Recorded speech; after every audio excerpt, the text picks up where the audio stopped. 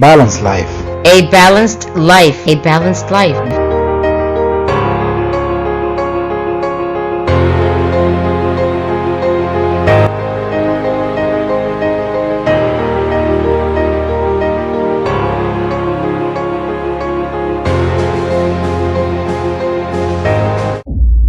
Success is predictable. Success is not luck. Every human wants to be successful. No human wants to fail. Everybody wants to succeed. So I want to give you 5 questions to write down that you must answer if you are going to be successful on this planet. These 5 questions are so important that they control the entire world. Everything that every human does on earth is motivated by these 5 questions. What are these 5 questions? Number 1, write it down. Who am I? It's a difficult question to answer. The second question that controls the human race is, where am I from? What is my source? Some say you came from a monkey. Others say you came from a salamander that crept up on the rock 6 million years ago and became a tadpole and became a frog, which also became a monkey that became a man. Some believe that. The third question every human is battling with is, why am I here? It's a tough question. The average human being does not know why they're on planet Earth. They wake up every morning, go into a job they hate, working with people they don't like, getting paid less than they're worth, and dying too young from frustration because they don't know why they exist. The fourth question every human must answer is, what can I do? The average human on earth have no idea about their ability. 90% of the human population will die and never achieve more than 10% of their true ability. This is a tragedy. And the last question every human must answer is, where am I going? What is my destination? Everyone wants to know, what is my future? Where am I going in the next 20 years, 40 years? What will I be when I am 75 or 82? What is my destiny? These 5 questions are frustrating the human race. It is these 5 questions that changed my life, because these 5 questions are the questions that I couldn't answer. I think success, first of all, is knowing my purpose in life. And if I ask you if you wanted to be successful, everybody in this room would say, absolutely. That's why you're here.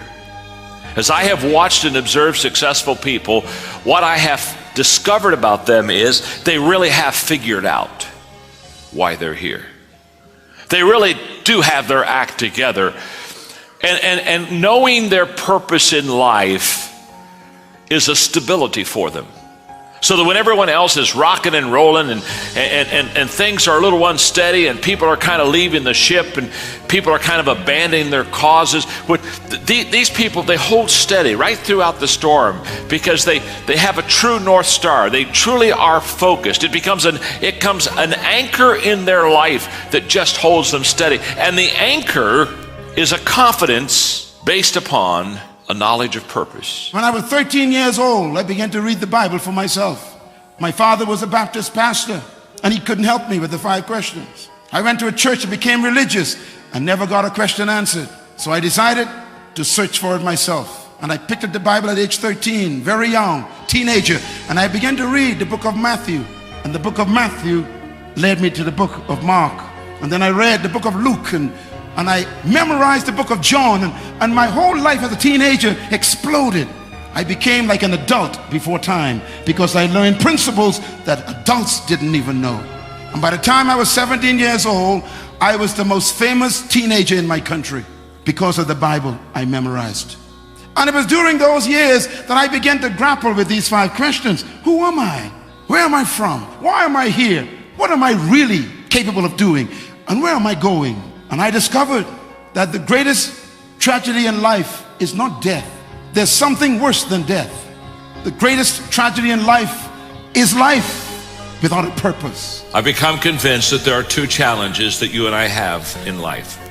And if we can accept this challenge and meet this challenge, face it well, life will be very fulfilling to us and it'll be very rewarding to the people around us.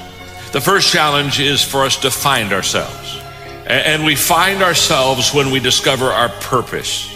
Nothing is better than for a person created by God in his image with a plan for his or her life to find themselves, find that purpose.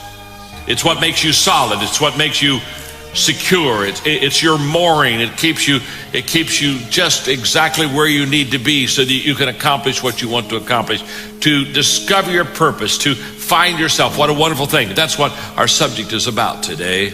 Nothing is worse than being alive and not knowing why. Breathing oxygen and eating food and getting energy and don't know why you have it. This is a tragedy. To live for 80 years and still didn't know why you were here. That's a tragedy. Without a purpose, life has no meaning. It has no sense of destiny, no sense of precision. Actually, purpose is the third question. Why am I here? And this is the frustration of all humans. Success is not an experiment. You can predict success. I'm going to prove that in a minute. Success is designed by God to be predictable. But I want to quickly say the antithesis also is true. Failure is also predictable. In Jeremiah 29 verse 11, God says, I know the plans I have for you already. Plans to what? Prosper you and not to harm you. Plans to give you a hope and a future. I know your plans already. But there's a second challenge. Once we find our purpose, discover why we're here, there's a second challenge that we have, that we face, and that is to lose ourselves. We're to find ourselves. Isn't it interesting to lose ourselves? And we lose ourselves when our purpose becomes bigger than us. To find a purpose, how important. Many people never do either in their life. They never find themselves. They never lose themselves. Some people find themselves, but they never lose themselves. Very few people find themselves and lose themselves. And the aim of this lesson today is to help us know how to discover our purpose and then how to place that purpose in a position that is so much bigger than us that we can literally lose ourselves in the process. Now here is a paradox. Success is predictable, so you can literally plan success. I am successful today in my life, globally impacting millions of people because I made a decision as a teenager as to what I want to be and do. What made me successful? I'm going to give you the answer now. And it's the same reason why people fail. Success is predictable, and success is predictable because life is designed for your success. But failure is also predictable because failure is the same result as success. Let me explain what I mean. God designed everything he created to be successful. You will never see a bird who cannot fly naturally. You'll never see a fish who cannot swim naturally. Every seed, if you put it in the ground and give it water, you don't need to pray. It is designed to bring forth a tree. Everything God created has built into it its own success. And if the plant is here today and gone tomorrow, how much more important are you to God? So the first question we have to ask ourselves this morning is how do we find ourselves? That's challenge number one. And we find ourselves when we discover our purpose. Now this teaching of finding and losing is given to us by Jesus in Mark chapter 8. One of my favorite scripture verses. And just really hang with me here on this. God says, I know the thoughts and plans that I have for you.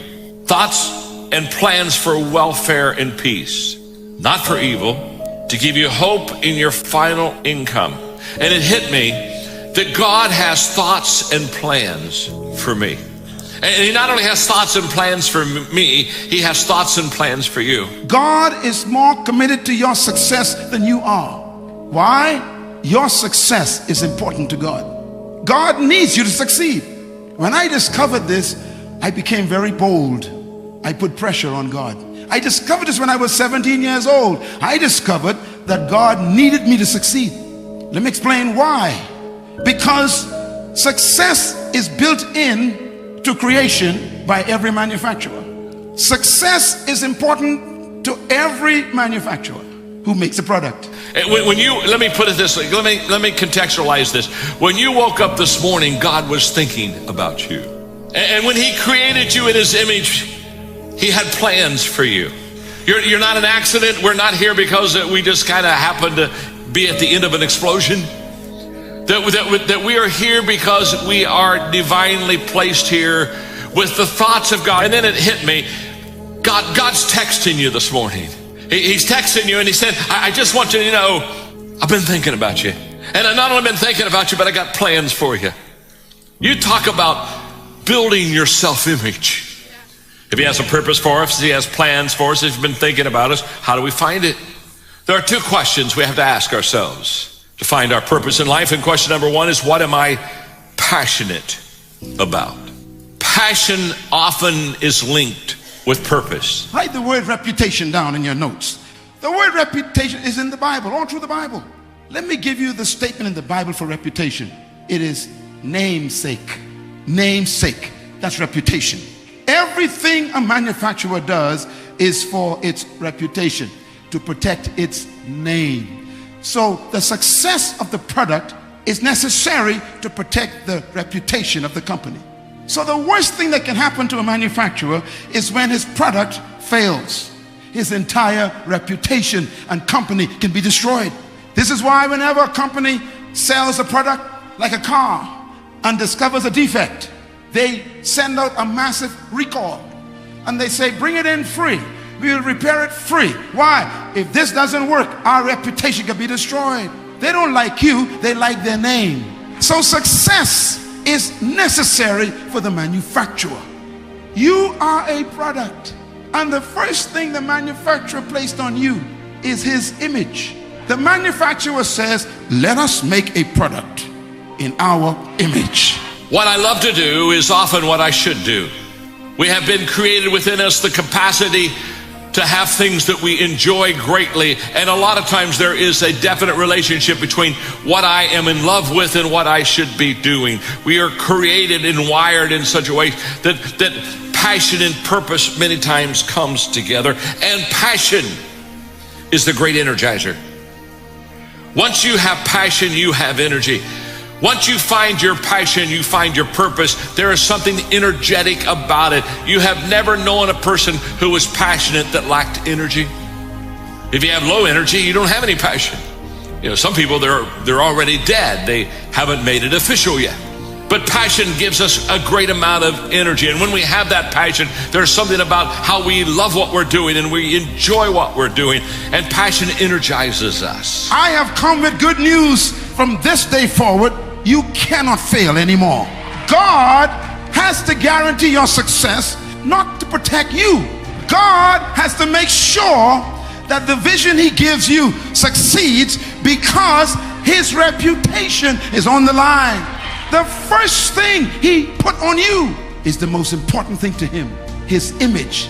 That means your failure is bad for God. So when you read the Bible, all through the Bible, God would say these to his people. He would say, even though you are stiff-necked, you murmur, you complain, he said, I will prosper you, and I will restore you, and I will heal you, and I will redeem you. Listen, for my name's sake. When I say passion and purpose are linked, that is usually the case. It is not always the case.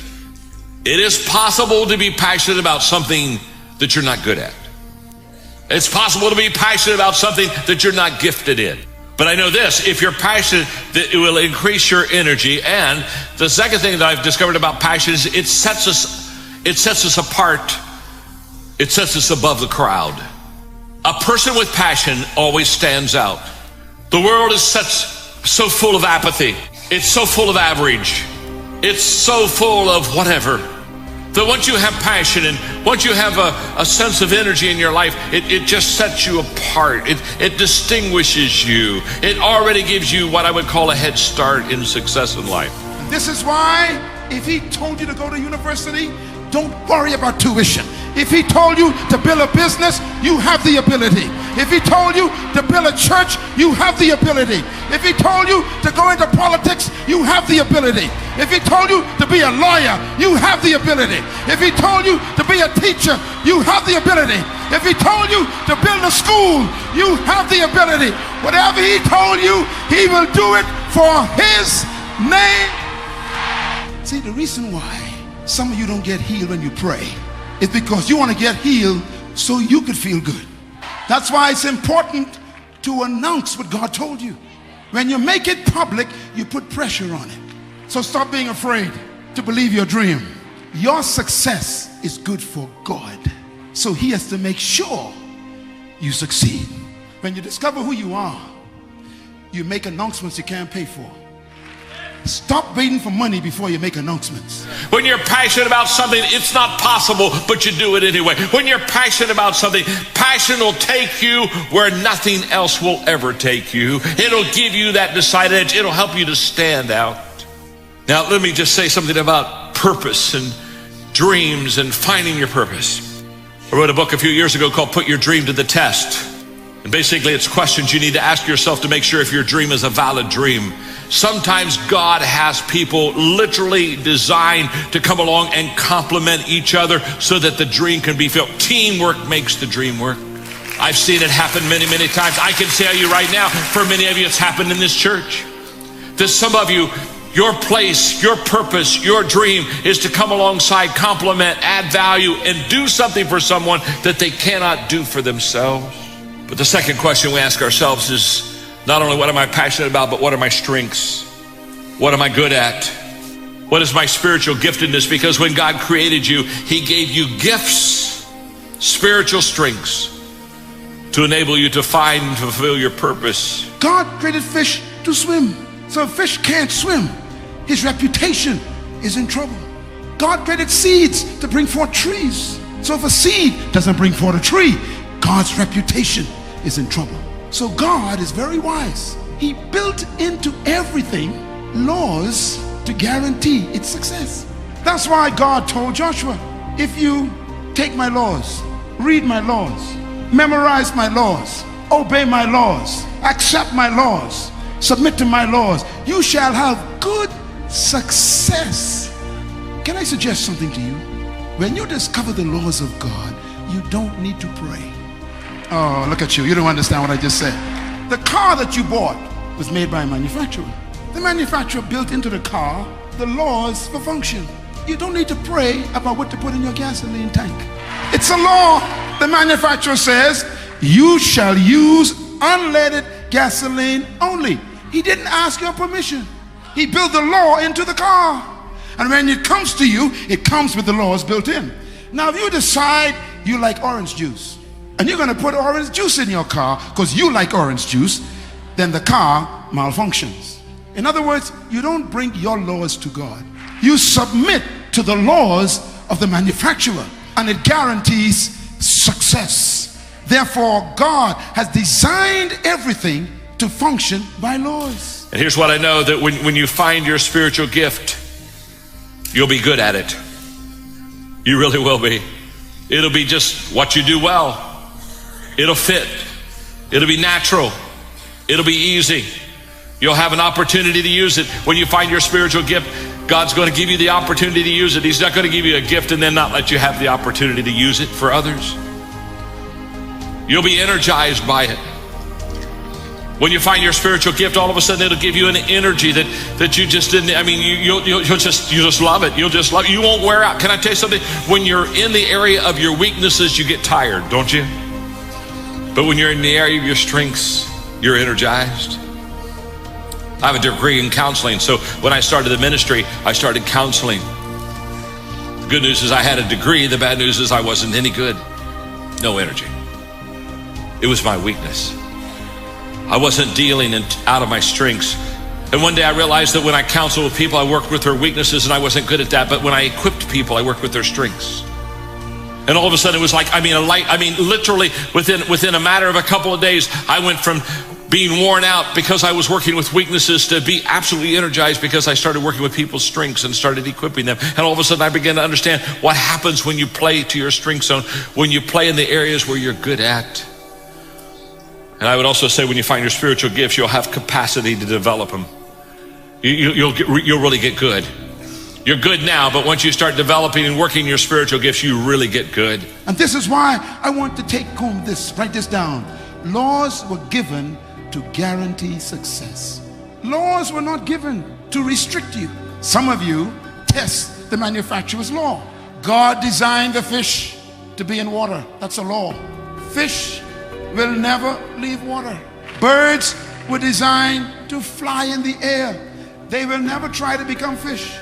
If you put a seed on the ground, on a tiled floor in the lobby and leave it there for 50 years, it will remain a seed.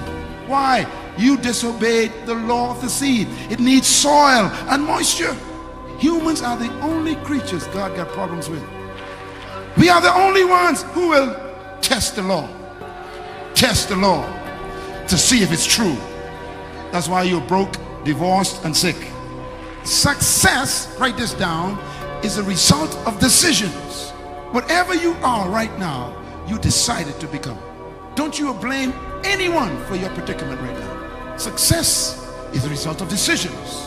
Failure in life is a result of decisions. Whatever you decide determines your destiny. In other words, everyone becomes what they decide to be. I decided to be successful, so I decided not to smoke. Because when I wrote my vision on paper at age 14, I saw my vision.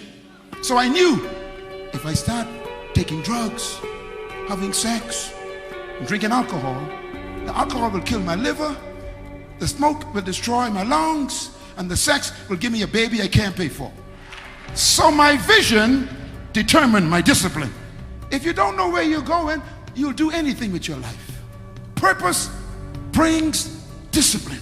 So now that's how we find our purpose, by our passion and by our giftedness. So then how do we lose ourselves? We lose ourselves when we give our purpose to something bigger than us. When all of a sudden we say, okay, I've got to give myself to something bigger than me. Jesus said it. What he said, you'll lose your life. He said, you'll lose your life when you follow me and when you give it for the sake of the gospel. When you take your purpose and position it in something bigger than you, he said, all of a sudden you'll begin to lose yourself. So for your notes, when you're bigger than your purpose, when we're bigger than our purpose, we have a career. I deal in the marketplace all the time with leadership. I deal all the time with people that have careers, and most of them, they're bigger than their career. They've got a career, but it's always looking out for me and how am I going to advance and how am I going to achieve? And they're bigger than their purpose, and so they have a career. But can I tell you something? When your purpose is bigger than you, you have a calling. That's how my journey began. I want to make a difference. And then one day I realized I had to go beyond that. There was another step, and I went from I want to make a difference to step 2. I want to make a difference doing something that makes a difference. This is now I'm going to begin to lose myself. I'm going to begin to lose myself because now I'm focusing on doing something in my life that has eternal value. I'm going to do something in my life that is bigger than me, that lives beyond me, that can never be satisfied or fulfilled or achieved by me. I want to make a difference doing something that makes a difference. I'm now beginning to lose myself. And then I went to step 3. I want to make a difference doing something that makes a difference with people who make a difference. Write this down. A true friend is anyone who will help you get to your destiny. So if anyone wants you to do anything that stops you from your destiny, that's not a friend, that's an enemy. Decisions determine success. God wants you to live your whole life with good memories, not regrets. So he protects you by giving you laws to protect your memory. And there's some of you in this room right now, your memories are tragic. If you obey God, you'll never have a bad memory. God wants you to succeed. He gave you birth to succeed. He wants you to succeed more than you want to succeed for his name's sake. And God is faithful to the vision he put in your life. He is faithful to it because he needs you to succeed for his reputation. Your future is God's past. In other words, God finished you before he started you. God's plan for your life is already finished. He's just hoping you just keep the laws.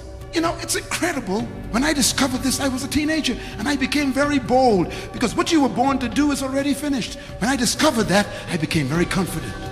God already finished you before he started you. In the book of Isaiah, when I read this, it changed my life. God says, remember this, put it in your mind and don't forget it. Now, 3 of those sentences means the same thing.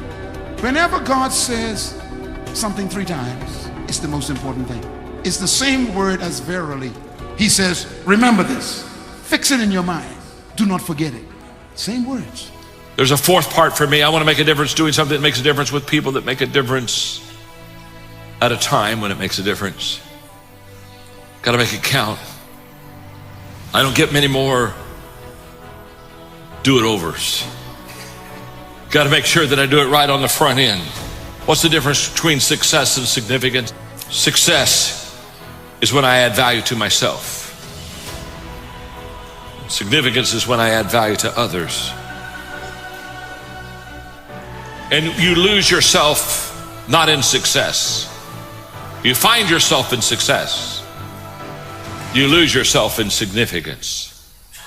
It's when we begin to add value to others that we begin to lose ourselves, because now the cause is greater. Our why, our purpose, our why is bigger than us. And when our why is bigger than us, when you find your why, you'll find your way.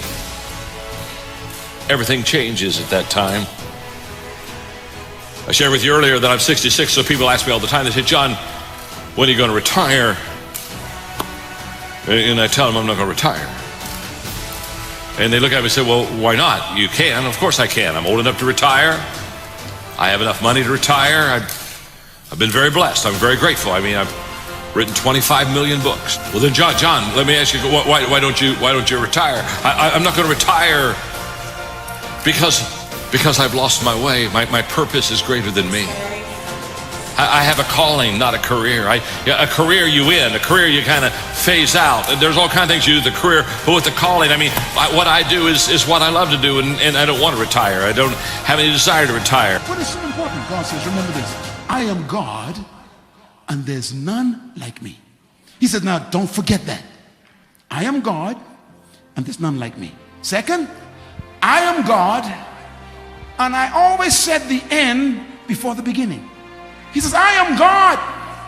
There's none like me. And I always set the end before the beginning.